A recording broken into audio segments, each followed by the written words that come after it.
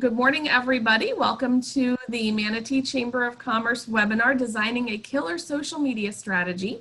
Our presenter today is Kevin McNulty, President and CEO of NetWeave Social Networking. Sorry about that, I flubbed that.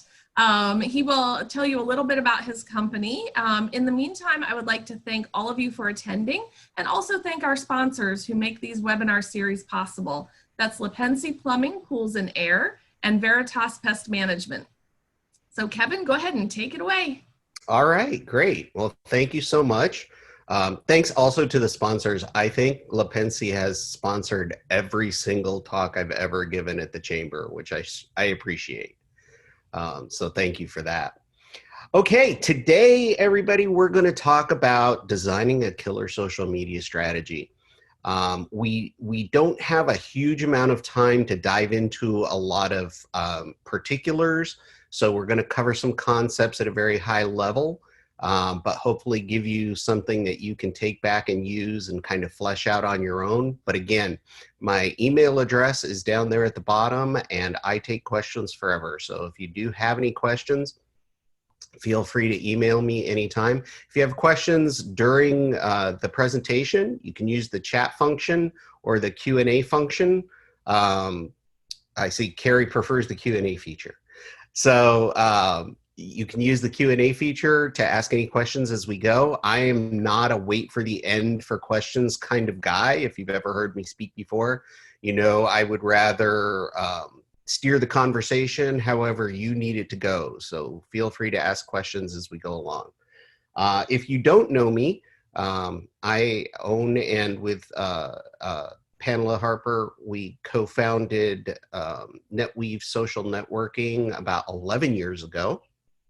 And we are a social media agency, and social media has been our exclusive focus for the entire time. So about as long as social media has been in industry, we've been managing it for clients big and small all over the country. So we have a little bit of experience with this, and we'll share some of that with you today. So the first thing we want to do, I'm gonna spoiler alert right off the bat, I'm gonna give you the killer plan. So if you just want to screenshot this one and take off, go ahead. But we're going to visit what the killer plan kind of looks like in an outline form, and then we're going to dive into each one of these things a little bit more, and then kind of wrap it up and make sure we hit all the points. But the killer plan is kind of not secret sauce. It really is about putting in the work, and there's no silver bullet, there's no magic button. There's automation to help with social media, but it does not replace coming up with good content and interacting with people. There's just a certain amount of work that goes into making this work for you. The first two things, though, about forming your killer plan, and you may have heard me say this before, but it really is true, and that's why I keep saying it. If you want to be good at social media, you have to start by being the kind of business that people want to say good things about. If you can't tick off that box, it probably is best that you stay away from social media, quite honestly. So being good is the first step, no matter what. And knowing your audience, not your social media audience, but knowing your customer key demographics.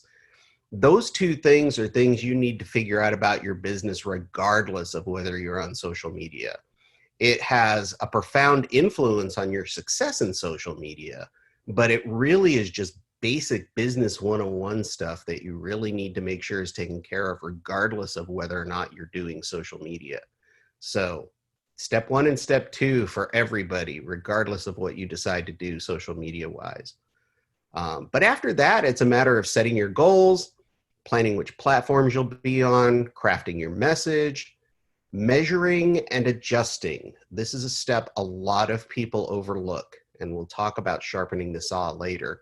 But you don't know whether or not you're being effective or how effective you're being if you're not measuring. And when your measurement tells you you need to make adjustments, That's what you need to do. And then you need to repeat these steps endlessly. Social media is not a set and forget kind of thing. It's a constant everyday grind it out. And that's a lot of people hire us to manage social media for them, not because they're not good at coming up with content or they don't have content, but the things they buy from us really are experience and time. And that's the one thing people frequently come up short with for effective social media is time. They get out posts as they can and they hope that they have a social media program. It's not an effective use of your time if that's how you're going to do it. It requires a little bit more time investment to make sure you're actually getting something out of it. Otherwise, you're just spinning your wheels. So let's take a look at what we have to do. So the first thing you want to do, if you haven't done this exercise in a while, you want to take some time out to plan. You need to figure out your business goals. You need to figure out your audience, and then you can start thinking about social media. So what is your business goal? I mean, you know your business goals in general, but for social media, what is your business goal? You've got to figure that out. So one of the things you want to look at is what are you hoping to accomplish? What is the end result with your audience? There are several things social media does well. It is terrific for building brand awareness. If the problem is just not enough people know about you, social media is terrific at building brand awareness. Online buzz, conversation. If you are the kind of business that relies on referrals, that relies on community engagement, let's say you're a coffee house. So if people start talking about where they've been going to hang out, grab a cup of coffee, check their email, etc., that results in more business for you. If you're a business-to-business concern that relies on referrals and clients having conversations that include you is important. Those kinds of things are great. You can generate sales leads from social media, but it is not as straightforward a process as you may be used to in other venues. And of course, if it's always easier to sell something to somebody who's already bought something from you. So customer loyalty is also a fine objective. The point is, all of these require subtly different strategies and messaging. So you need to be clear on what is most important to you. When we implement a new client, we actually give them a list of 8 or 9 different objectives and make them force rank them from most important to least important. Because we need to understand what the most important goal is, because that's how we're going to measure and that's how we're going to prove our worth. And if you are the social media person in a bigger business where you have to report to a manager or an owner, you're going to have to justify your existence by making sure your metrics match up with your business goals. So setting a business goal is an important first step. That's really going to drive everything else. You also have to know who your audience is. Now, again, some of this is just your customer key demos, but think about, are you trying to reach consumers or other businesses? Are you a B2B concern where it might make more sense for you to be on LinkedIn than Facebook? Or are you trying to reach consumers? And if you're trying to reach consumers, what is your audience demo? If you're trying to reach older consumers, then Facebook is a no-brainer. If you're trying to reach younger consumers, you might want to look at Instagram. If you're trying to reach really young consumers, you might want to be looking at TikTok or Snapchat. So, look for gender components, cultural components. A lot of our clients are attractions. And so they're attractions that are like kids museums and whatnot, where you're looking for families with young children. And generally in that scenario, mom is the decision maker for where they go and what they do. And so, Pinterest is a huge opportunity there because young moms are a big part of the audience there. So knowing your audience and knowing where they are will be your most important first step in deciding what platforms should we be on. Where should we be promoting ourselves? Does it even make sense to have a TikTok? All our customers are over 40. Does it even make sense for us to have an Instagram? You don't have to be on every platform just because everyone talks about them. The only platforms that count are the ones that you have customers on. So let's then dive into our different platforms. Now, this is not a comprehensive list. These are really just the big players, but even this is changing. We don't even have good data on TikTok yet. It's still growing so fast. That's not even on this list. But again, that is a platform for much younger consumers. So unless that's a part of your audience, if it is, send me an email and I'll get you whatever I can find as far as the latest statistics. Last figure I heard for TikTok was about 500 million and growing. So, but these are some of the bigger platforms, and you can see that in any given group of 10 people, a couple of them are going to be on Facebook. In fact, worldwide, there are 2.5 billion, 2.8 billion.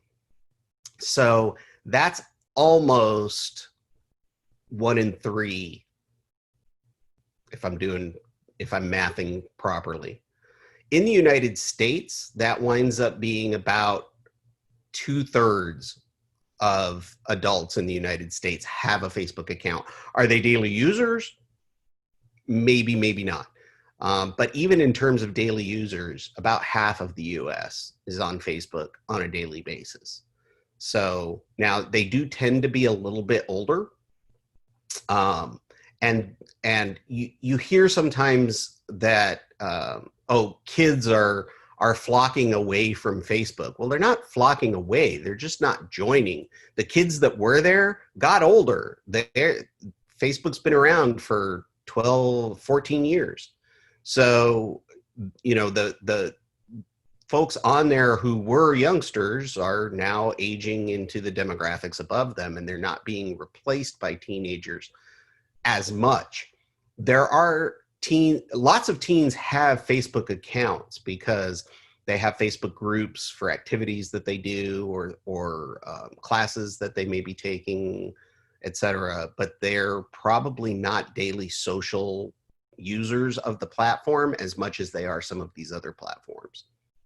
But if you need consumers who are 35 and over, then you definitely are all about Facebook. Twitter used to be number 2, and Twitter has kind of drifted lower and lower. They have had a hard time keeping the product relevant to newer audiences. And they have hovered right around 360 to 380 million users for about a year. So they're still good for certain things. If you need to access your audience in real time, then that's a good platform for doing it. And certain audience segments are still on Twitter. Somebody was asking how effective is Twitter in the business world? It depends on the business that you're in. Twitter is still extremely good at media relations. Everybody in the media has a Twitter account. And in fact, that's what a lot of Twitter users use it for, is simply to consume. They get their news from Twitter. They follow celebrities on Twitter. They don't really tweet much themselves. So depending on the industry that you're in and depending on your users, then, you still might have a use case for Twitter. But Instagram, long ago passed Twitter as the #2 platform. Instagram is up to 1.1 billion. It's a heavily female audience, heavily 60-40. But it's heavily under 35. Now, as it grows, and this is true for any of these platforms that you see, as they grow, they get the mean age gets older because young people are typically first adopters. And so when there's a rush to a platform, it's usually younger people. And then as more people add on, the older people come in and check it out and find what they like about it and decide to use it. So while the biggest demographic is 25 to 34, 35 to 44 is growing rapidly on Instagram. So, but the watershed kind of, you go one way from here, the other way from the other side, it's usually around 35. Facebook is on one side, Instagram on the other. Pinterest, as we talked about, is still a great platform for reaching moms, and a lot of times when you hear people talk about Pinterest, they talk about it like it's only women, and that's not true. There are plenty of men on there too. There are as many men on Pinterest. There are more men on Pinterest than subscribe to GQ and Sports Illustrated. So there is a good quantity of men, but it is probably the most heavily female-weighted platform. It's about an 80-20 mix. And then all these platforms are good for reaching consumers. If you're a business-to-business concern, your audience may not be on these platforms. It may be more LinkedIn. LinkedIn is the world's largest database of professionals. If for nothing else, it's great for searching and generating some guidance for you on where your audience might be. But it's great for connecting to B2B decision makers. So the three things that LinkedIn does best are: one, if you're somebody looking for a job; two, if you're a job looking for employees; or three, if you're a B2B concern and you're looking to connect with decision makers. Then LinkedIn is a good platform for all of those things. But LinkedIn works a little bit differently than other platforms, and it requires a little bit different approach. Now, the one thing you're seeing on the chart here that I haven't talked a huge amount about yet is YouTube. Some people consider YouTube social media, some people don't. We do. It features user-generated content. It has the ability to comment and share, but you don't build networks of people like you do on some of these other networks. But YouTube is a huge platform. If you lump it into the social media space, it's #2. And more people now actually consume video via YouTube than television. So it's a huge resource that is largely untapped for a lot of businesses, especially with advertising. Pre-roll ads on YouTube are probably one of the best buys in advertising right now. If you do a 30-second spot that goes on before a video on YouTube, when you watch a YouTube video, it'll say you can skip the ad in 5, 4, 3, 2, 1. If somebody skips your ad, you don't pay for it. So if what you're trying to accomplish is brand awareness and you're just trying to get people to know you're there and know your name, if you can make that point in the first 5 seconds, you get about 6 or 7 impressions for free for every one that you pay for. That's a pretty good deal. And they're not all that expensive. And the nice thing about advertising on any of these platforms is it's highly targeted.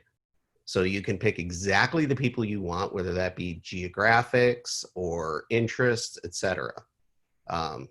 So definitely something to consider. I'm going to check in now that we've covered this slide. Before we go on, I want to check in with a couple of questions. One was about Twitter. We talked about that. Do we consider Google to be a social media platform? No, we don't lump Google in with social media because it does not feature the networking and sharing tools that are typical of a social media platform. That being said, we do offer Google My Business service because your Google My Business listing does significantly affect your online life.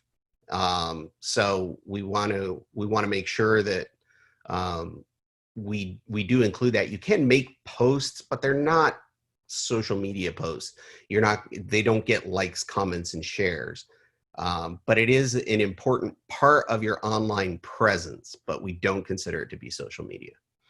Um, an anonymous attendee who says they're a boomer wants to know the best way to learn how to use different social media, Twitter, Instagram, and Pinterest. Well, I can recommend a coach, but really if you're one of those like to learn it yourself kind of people, YouTube is your friend. There are all kinds of how-tos. You just want to be careful about how recent they are because social media changes with the wind and it's really easy to get behind. So make sure they're current social media videos, but that's a great way to learn. Somebody asked what social media is preferred by race ethnicity if trying to reach a particular target audience. That one's a little bit tricky. I'm going to say we have some race ethnicity data. I don't know if it's good enough to make that kind of a judgment. It's really more knowing your particular audience, I think. But one thing to be careful of with race ethnicity is, especially in social media advertising, there are a lot of discriminatory advertising practices out there with regard to race and ethnicity. And because that exists and because some people have messed it up for everyone else, many of these platforms, Facebook in particular, are very sensitive to any kind of targeting qualifiers that may be trying to back into race or ethnicity. So you want to be careful of that. But I think it's more knowing your particular audience and what they're into than saying that there's any kind of sweeping. I don't have enough data to be comfortable even making a call there. LinkedIn seems stoogey. Anything else? I'm not really sure what stoogey means, but LinkedIn is definitely the 800-pound gorilla when it comes to professional networks. There are some other wannabe networks that are out there. You may get invitations now and again, but in 11 years, I've seen them come and go. LinkedIn is the only one that's still around. I think it's just a function of size. It's one of those things where you got to kiss a lot of frogs to find a prince. You just have to deal with the stooges sometimes. Dealing with the general public every day on social media, I can tell you we do a lot of stooge dealing. Somebody asked what the process is to get an ad on YouTube. Well, YouTube will be extraordinarily helpful answering that question for you. If you just Google YouTube TrueView ads, you will find all kinds of help on getting that. But minimum requirement, you do have to have a YouTube account. And if you're doing a TrueView ad, which is the pre-roll video, your video has to live on that YouTube account before you can start ordering those ads. What is the best platform for promoting catering to businesses and to consumers? Again, it's knowing your audience. LinkedIn is probably a place that you'll want to be, but everybody eats. And so you may back into some business on a Facebook or an Instagram there. A lot of foodie stuff on Instagram, hashtag food porn. And you may be able to back into an audience that way where, people ask and it depends on if you're catering for private functions, if you're catering for other businesses. Again, it's a matter of knowing your audience. But if you do like catering weddings and things like that, definitely want to be on Pinterest. I would definitely say Instagram. You might do Facebook just for the sheer volume of it, but brides are checking Pinterest and Insta. Facebook ads seem to not as effective. Thoughts? I do not have any data that Facebook ads are any less effective outside of an election cycle. This happens every election. It happened in 2016. It happened in 2012. We didn't have Facebook in 2012, but online advertising gets snatched up by campaigns. So ad inventory drops, ad costs go up, and you don't get as many impressions and conversions just because of the fact that people's attention is being monopolized by people with more money than you have. When you back that out, I don't see Facebook ads being any less effective. In fact, they've been very effective for us. And if Facebook ads aren't effective for you, that's probably got more to do with your targeting and your quality of ad, because they have an algorithm for ads just like they have an algorithm for posts. And if your ad sucks, it just doesn't get shown to as many people, regardless of what you're willing to pay for a click. Should you boost Facebook ads? Well, that's a little, there's a little terminology problem there, because a boosted post is a Facebook ad. A boost is just one type of ad. Specifically, it's an engagement ad. There are about 9 or 10 different types of ads. We've got a whole course on just Facebook advertising. But if you're not getting, the question says don't seem to get much yield. I don't know what you're measuring as yield, but again, if you're not getting anywhere with your boosts, probably because it was a bad post to begin with, and boosting it, you're just paying for more people not to care. You can't take a traditional advertising approach to social media or social media advertising. And we'll talk about that as we get on. Thoughts on Yelp? Not a social media service, so we're not going to cover that here. But Yelp is big in restaurants, and it's bigger in bigger markets. San Francisco, New York, Miami, not very big around here. What businesses do we work with most? We have a wide variety. We have our biggest concentrations are attractions and aviation, because I'm kind of an airplane geek. But we also have a big basket of folks from financial planners to retail pet stores, folks who represent high-powered speakers. I mean, we've just got a really wide variety. It's less to do with what industry you're in than your relationship with your clients. That's really determining your success.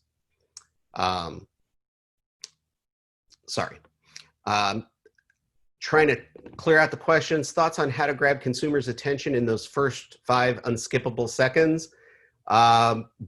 Again, outside the purview of this, but really it's just a matter of being able to make an impression, and it really depends on your goal.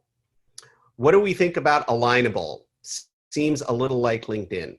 I consider Alignable in that category of LinkedIn wannabes. And I've gotten lots of invitations, but never anything other than invitations. Is social media useful for attracting a luxury product audience? If so, which platform? Going to depend on your audience. Yes, it can be, and it can be done on any of these platforms, but it really depends on the product and the audience. What is the best platform for education consultants? We sell programs to districts and schools. You're probably going to want to start making a network on LinkedIn of business decision makers in that industry. And then how much does it cost to advertise on YouTube? It depends. The cost for advertising on any of these platforms is it depends. You can always set a upper limit so you don't go outside your budget, and they will just spend all your money as best they can, and they're very good at it. Okay, need to move on because we're not even halfway through. So let's get to the plan. So you know about the platforms. We're going to decide on which platforms. We have to develop a corporate voice, a brand voice, not necessarily corporate, but this works for nonprofits, anybody. Um, the the best way to develop this voice that I've heard of is something that Visit Florida does, and that's they sat down and imagined, if we had a celebrity spokesperson, who would it be? And then they put all their posts in that voice. And for Visit Florida, that person is Paul Rudd. So in a given circumstance, they just say, well, how would Paul Rudd say it? That's a fun exercise that you can do, and it can be helpful for you to develop that voice. But it's important that you have a voice that's consistent with your organization's values. Do we have a sense of humor? If we do, is it just a little poke and fun? Are we irreverent? Are we satirical? Sarcasm doesn't always come across, so that can be difficult. But you know, what is the voice of the brand? Because what you want is you want it to be completely invisible if the person doing your social media changes, right? Nobody should know that there's been a change. It should sound the same as it has from day one. And that's what we endeavor to do with every client, is to make sure that, one, they don't know somebody else took over, and two, if we ever change on our side, who's handling that account, not even the client knows, except that we tell them. But the posts, of course, never change. When you have an idea of the voice, now you can start to build campaigns. Are there central ideas, stories that you want to tell?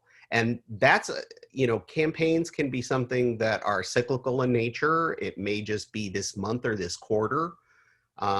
Campaigns can come and go, but the larger overall effort with platform and voice continues regardless of the campaign. And that's kind of what we call our equity messaging. That's the messaging that is always there regardless of what the special is or what campaign we're doing.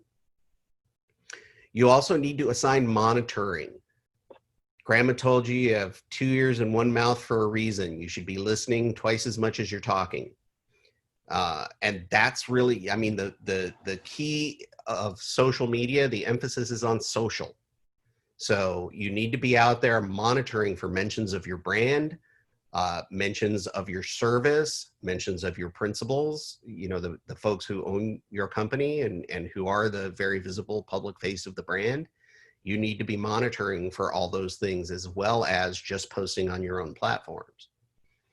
You also should, if you're getting into social media, make a crisis communication plan. You may think you'll never need it. You hope to goodness you never need it, but you may be surprised at how fast you need it if you ever do need it. So what are you going to do if there's a crisis, an external crisis, an internal crisis? You know, what are we going to do if our CFO loses it on somebody in the middle of a deli and somebody else records it and puts it on social media? What do we do? It's better to think about those things ahead of time. We do have a whole course on crisis communication. It's not as easy as just make a plan, but make a note that that needs to be part of the effort. And then decide on measurement. Based on your business goals, what is the most important thing for you to look at? If brand awareness is your thing, then you want to look at reach. How many individual pairs of eyeballs have we gotten our name in front of?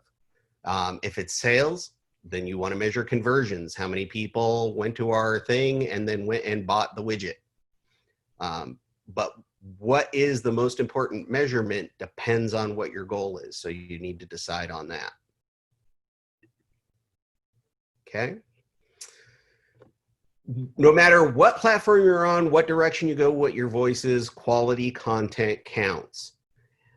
On social media is permission-based marketing. It is unlike any kind of advertising we've ever had before.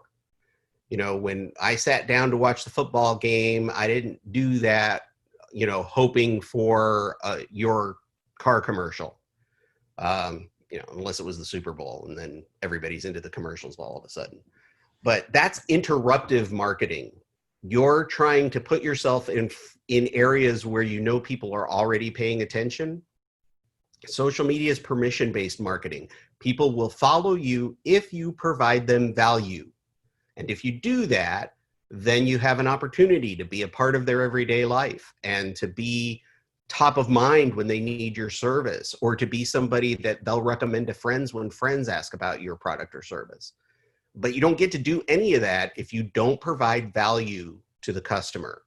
You provide value by being an emu.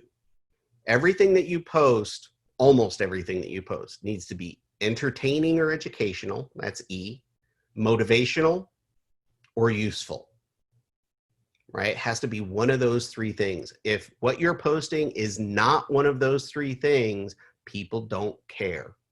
What you want to say is irrelevant. It's what the audience wants to hear. So your challenge in doing social media for your business is, how do I get the message I want them to have in a form they want to consume? So you can't just keep talking about properties you have listed or new items coming in that they need to buy or courses they need to sign up for. You can't just always talk about that. If you do a good job of providing them quality for, 7, 8 posts, you can throw in an ask, right? Just think of it as programming a TV station, right? If we provide entertaining programming, people will occasionally tolerate a commercial. Think of it that way. But most of your stuff needs to be designed with the audience in mind. If you're not doing that, you're probably not going to get anywhere. Use compelling visuals. Your whole object on social media is to stop them scrolling. It's what we call stop the thumb. They're scrolling through their news feed and you've got to get them to stop. You'll never get them to stop with text. Unless they're searching out what you had to say, text isn't going to slow them down. It's going to be the eye-catching visual. It's either going to be the video or the photo that makes them stop and look. If it looks like an ad, if all your visuals are covered with text and they look like flyers that might be up on a bulletin board, people are going to just blow right by that. Looks like an ad to me. And that's why a lot of ads don't work, because they look like ads. What makes a good post makes a good ad on social media. If it wouldn't be a good post without the advertising dollars, then you're probably wasting your money and time. So stop the thumb with eye-catching visuals. Visuals tell a story before they can even start to read the text. An image is processed by your brain 60,000 times faster than a block of text is. By the time you read it, comprehend it, assign meaning to it, you've already done all of that just by looking at the image. So it's worth it. Somebody asked, can you actually have quality pics and videos without hiring external professional videographers and photographers? Absolutely. We do it all the time. Production value is not what people are looking for. People are looking for things that are stunning, real time, and real. In fact, polished stock photography often doesn't do well on social media for the very reason that it doesn't seem sincere. So you can absolutely do this by yourself, and we're going to talk about how. First of all, know what to put in your visuals. There's a psychological hierarchy of how humans process images. Humans will always look at photos before they look at drawings. They'll look at photos of people before they'll look at photos of any particular thing. A man will look at a photo of a woman before a photo of any other person. Women will look at a photo of a child first, but another woman second. Men come in third. And that's why a lot of times you see, if you just check the newsstand next time you walk by and look at how many magazine covers have women on them, even when they have nothing to do with women or women's issues. Also, if you're going to shoot your own, which you absolutely can do, make sure you've got beautiful, clear photos. Beautiful, clear photos and videos come from lighting. The number one problem with why an image looks fuzzy, grainy, unclear is almost always lighting. Because face it, you're probably taking most of the pictures with your cell phone. And while your cell phone does have a good camera, most of them are now 18 megapixels and up, they have very small lenses, and there's a physical limit to how much light can be let through that opening. Low light mode helps enhance things, but usually low light is the reason for bad visuals. So make sure you have good lighting. Make sure that the lighting is behind you and on your subject. Otherwise, if you're shooting into a window that somebody's standing in front of and light is coming through the window, they're going to be dark, and all you're going to get is this bleed through of light. So check your lighting. Use the rule of threes in composition. The rules of threes are, if you use your cell phone camera, it usually has a grid, and if it doesn't, you can turn it on. It's in your camera settings. But it has a grid that looks like tic-tac-toe that divides it into thirds this way and thirds this way. And most eye-catching images have their focal point at one of those four corners where the lines intersect. So don't take things right in the center necessarily. Offset it a little bit, offset it a little bit. That's how you catch the eye. You can use tools like Canva or PicMonkey. They both have free versions. They both also have very good pay versions. But those are online web services. You don't have to download anything. And you do photo editing, surprisingly robust photo editing. You can put text over the top. Not a lot of text, remember, but you can put a caption. And also, if you're going to shoot video, quality sound is the number one thing that separates a video that people perceive as being well done with one that is perceived as being amateurish. And it's not really production value, but it's the quality of the sound. If you're just using the onboard microphone of your cell phone, probably not good enough. You want to look at they have very affordable, like 40, 50 bucks, very affordable directional mics, plug into your cell phone, have a little wind cover on them. They're terrific. And just that one change there will elevate your videos.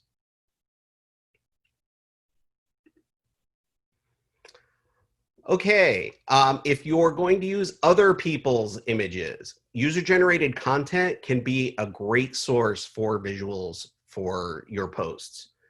That's why it's important to monitor and to listen, because you may find people who never tagged you, but mentioned your name and you found them in a search. Maybe they don't even know you're on social media, but they took pictures while they were there and they're gorgeous. And a simple, hey, fantastic photos. Do you mind if we post them on our Facebook page? We'll give you credit, of course. That can go a long way to getting you content. In fact, I told you we have a lot of clients in attractions and aviation, in those two industries in particular. People love taking pictures of airplanes, love taking pictures when they're at an attraction, having a good time. It's a huge source of content for us, but always get permission. If you ask them in a comment on their post and they say, sure, no problem, screenshot that, tuck it in a file just in case you ever need it one day. But always get their permission. Don't ever use somebody's work without their permission unless you know it's in the public domain or it has a Creative Commons license.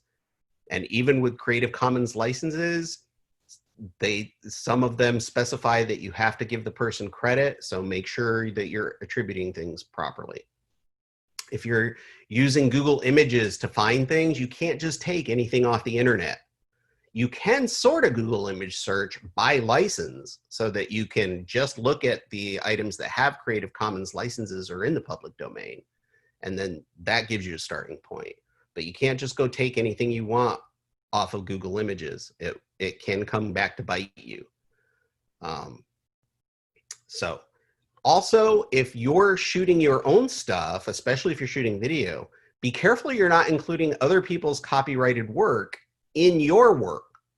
right? Did you accidentally take a picture of a painting in your restaurant? Now, the artist may have a copyright claim on that painting. It's obtuse, but it could happen. If you're showing video of a concert, do you have a web broadcast license for that music? Probably not. Even if you're the one putting on the concert, you probably didn't get the web broadcast license. You probably got the ASCAP public performance license, but it's an entirely different license to put it on the internet. This can get very complicated. So, just be careful about what you're doing. How often should you post? When do you post? How much do you post? I've got some rules of thumb here that you can see for yourself. I won't dive into them because we're short on time. But these are just starting points. You can post, you can definitely post too little, because algorithmic news feeds, and they all have them now, Facebook, Twitter, LinkedIn, Pinterest, YouTube, they all use algorithms. They all look at what's called time decay. How old is a post? The older a post gets, the less likely it is to be shown to anyone. So you do have to post regularly in order to stay on people's radar. So these are kind of the minimums, but there is a maximum too. You can post too much. You can turn people off to the point where they just click the X and are done with you. So if you post 2-3 times a day on Facebook, make sure they're separated by hours and hours. Hit the lunch audience, hit the dinner audience, hit the kids go to bed audience. Those are generally good times to post, by the way. Lunch, dinner, when kids go to bed. Those are generally when you see the spikes in content, but that's not true on every platform, and it's not true for every audience, right? Kids going to bed only applies to people who have kids. But rule of thumb, those are pretty good times. Pretty bad times to post, again, there are exceptions. I have an exception for every rule I'm telling you, but in the early morning is generally bad, especially if it's young parents trying to get kids to school and off to work. Middle of the afternoon can be kind of dicey. So we generally stick to the meal times and the kid bedtime. Again, we talked about listening and the fact that you have 2 ears and 1 mouth for a reason. You need to be checking your platforms daily. Even if you don't post daily, you need to be checking daily because other people are posting daily. The worst thing that you can do is miss somebody saying something bad about you, but the second worst thing you can do is miss somebody asking a question. They finally reached out to you on social media and you take 2 days to get back to them. They're not only now off to the next person who can provide that product and service, but they're mad at you. So where you didn't even have a customer before, now you've alienated one. So check platforms daily. Check the trending topics on the platform. Different platforms do this in different ways, but generally most of them will show you what kinds of things are trending. See if it has anything to do with your business. Don't try to hack a trend, right? If it's got nothing to do with your business, then today just isn't the day. But if there's a way that you can participate in a way that makes sense, look for that. Follow your competitors. Know what they're doing. If they're smart, they're following you. So know what they're doing, know what they're talking about. And in fact, on some platforms like on Facebook, you can actually set them as a page to watch, and it will show you what their most popular posts are and what's resonating with their audience, which you might want to know. And like I said, if they're smart, they're already doing it to you. So you need to do it. Look for hashtags, especially if you're on Instagram. Instagram is a huge culture of hashtags, but hashtags are even starting to be promoted on Facebook. Facebook just sent me a reminder to use hashtags, which has never happened before. So look for hashtags, and hashtags really are just a way to organize a conversation. You use them either to get discovered by using a hashtag a lot of people use, or you use them with a unique hashtag that's just yours, just to organize the conversation and have people help promote you. Both hashtags take a little bit different strategy. Both are valid reasons for using them, but you need to understand the hashtags that relate to your business and to your market. There are local hashtags that you'll want to be aware of. Set Google alerts for the name of your business, for your product or service, for the principles of your organization. Google Alert will email you whenever a mention is found on the internet. They don't necessarily include all tweets and social media messages, so you still need to search those, but you should definitely have Google Alerts. And if it's really a concern for you, you can even use sentiment monitoring. There are a lot of services that will tell you if it's a positive mention, neutral mention, or negative mention. They generally do this with a vocabulary, and so it's not always accurate, but they tend towards false positives. In other words, somebody may have said they had a sick time at your attraction, but that may be a good thing, right? Depending on how you use the vernacular. So, but sentiment monitoring can be an effective tool as well. Growing your audience, tell your existing customers that you are on social. Put it all over your website, preferably above the fold. The second most popular place will be way down at the bottom because people are conditioned to go look for it down there. But if it's not at the top or at the bottom, people are probably missing it. Put it in your email signatures. Put it on signage around your location if you have a brick and mortar location. Everything you can think of. You can also invite friends to your page. They'll support you. But as you grow, you can invite people who react to your post on Facebook. This is particularly on Facebook, but you can actually click on how many people reacted to your post and then invite people who don't already like your page. Social advertising, fastest way to grow your audience and most targeted way. If you have the budget, social advertising is the way to go because you can get the exact person who's a potential customer and you can do it fast. Somebody was asking where they can learn about popular hashtags. I will send you a link if you send me an email. Also, contests and promotions are a way to grow your audience, but be careful with them. One, you have to know the rules. Every platform has its own rules, and if you don't abide by them, you're risking getting your entire account shut down. And the rules change all the time. So just because that was the rule 6 months ago doesn't mean those are the rules today. So check every time. Also, if you're giving away something, make sure it's something a potential customer would actually be interested in from your business. If you give away free iPads, then you'll get people who like your page because they like iPads, not because they like your business. And as soon as your contest is over, they're gone. So make sure that you pay attention to that as well. Measuring and reporting. If you don't keep up with your metrics, you have no idea how effective you're being. So check your metrics. Every platform comes with a set of analytics. Some are better than others. Facebook is probably the most robust. YouTube is pretty robust also. Instagram gives you some metrics, but they only keep them for a week, which is not helpful. So you might want to look at a third-party tool. We use Sprout Social. And what that does then, it will start aggregating that week's worth every week. It will add to it and give you historical data that goes back longer than a week. So you want to look for all of those. Also, Facebook, when you look at your Facebook page insights, for example, that's an aggregation of about 60, 70 different variables. There are actually over 300 in the spreadsheet that you can download. So some of these third-party tools start breaking those things down for you even better.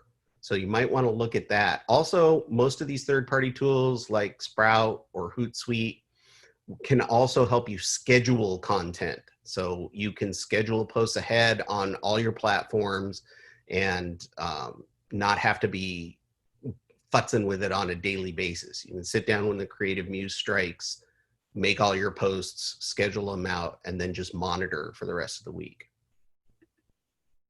Sharpen the saw.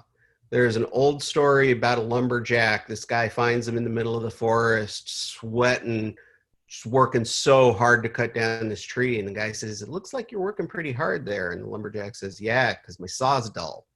And the guy says, well, why don't you stop and sharpen the saw? Lumberjack says, I can't, got too many trees to cut down. That's unfortunately a position we put ourselves in all the time. We don't take the time to sharpen the saw. So now that you have this great plan and you're executing and you're measuring, you have to occasionally stop and look and validate that your goals and metrics are still in alignment with your business goals, right? You have to verify that the social media plan is still in alignment with the organizational plan. We like to do that on a quarterly basis. We sit down with all the stakeholders and say, okay, this is what you told us last quarter was the most important thing. Here's how we did. Now, do we continue that? Has there been a change? Do we focus on something different? Is there a new campaign? What's coming up this quarter? So definitely want to make sure that you're constantly doing that adjustment loop. So that's your killer plan. Be good, know your audience, set your goals, plan your platforms, craft your message using those visuals, measure and adjust, and continue to repeat. So those are the most critical things that you can do. I know I kind of went fast through that back half. You guys had a lot of great questions in the beginning, but we did need to wrap it up in time, and I believe that I have done that with 3 minutes to spare. So let's look at the questions that are left. Somebody asked what social advertising is. Almost every social media platform has a way to advertise on it, where you pay to put a certain post in front of people. It can be very effective, and if you just Google Snapchat advertising, Pinterest advertising, you will find loads on the topic. Someone says, you mentioned pre-scheduling on things like Hootsuite. Is it okay to do directly on the Creator Studio on Facebook? Creator Studio is great for that. If you're comfortable with the platform and you want to schedule, and you can even do Instagram now to a certain extent with some of Facebook's newer business tools. They've revised the Page Manager app into the Business Manager app. There's now 3 or 4 different ways you can look at Instagram and Facebook with Instagram and Facebook tools. I wish they'd just pick one and make it work. But yes, Creator Studio, you can definitely do those sorts of things. Does NetWeave have any free tutorials? We don't have free tutorials that you can just go look at. We probably should. The problem with that is that how-tos get dated super fast because things change all the time, right? If I had recorded a Facebook page manager tutorial last month, it'd be no good today. So that's kind of the problem with tutorials. What's a reasonable amount of time to accomplish goals? Well, it depends on what your goal is. If it's what's a reasonable time to accomplish goals and our goal is double our followers, and right now we have 10 followers, I'd be pretty comfortable saying we could do that by the end of the month. But it really depends on what your goals are as to what a good timeline for that is going to be, because you have to look at where you want to be, where you are now, and how big the gap is before you can put a time frame to it. On Facebook, is it beneficial to enable top fans? It depends on, all my answers start with it depends, folks. It depends on whether or not your ecosphere depends on influencers. I hate even to use the term influencers because I don't think they have as much influence as people think they do. But if something is very heavily community-based, it can be beneficial to loop your top fans in, maybe give them something, behind the scenes tour, something like that, engage them and turn them into you know, a promoter as opposed to just a fan. And then what is your recommended social media management platform for posting, Buffer versus Hootsuite? We use and recommend Sprout Social. We used Hootsuite for years. Sprout has some deeper capabilities on more platforms. and we like it a lot. It still doesn't do everything. There are limitations to third-party platforms. For instance, you can't do anything with Facebook events through a third-party platform because Facebook refuses to pass that information through the application program interface. So no third-party tool allows you to schedule Facebook events. It's a limitation. So you can't always avoid the native platform, but we recommend Sprout. Okay. I think we got through all the questions, and it is 12:01, so I'm going to let Carrie bring this home. But again, if you guys do have any questions in the future, here's my email address. Please send me an email. Thank you very much for your time and attention. Thank you so much, Kevin. I'm sure everybody at their computers is clapping like they would in person. So thank you very much for presenting today, and thank you everybody for taking an hour out of the middle of your day to come join us.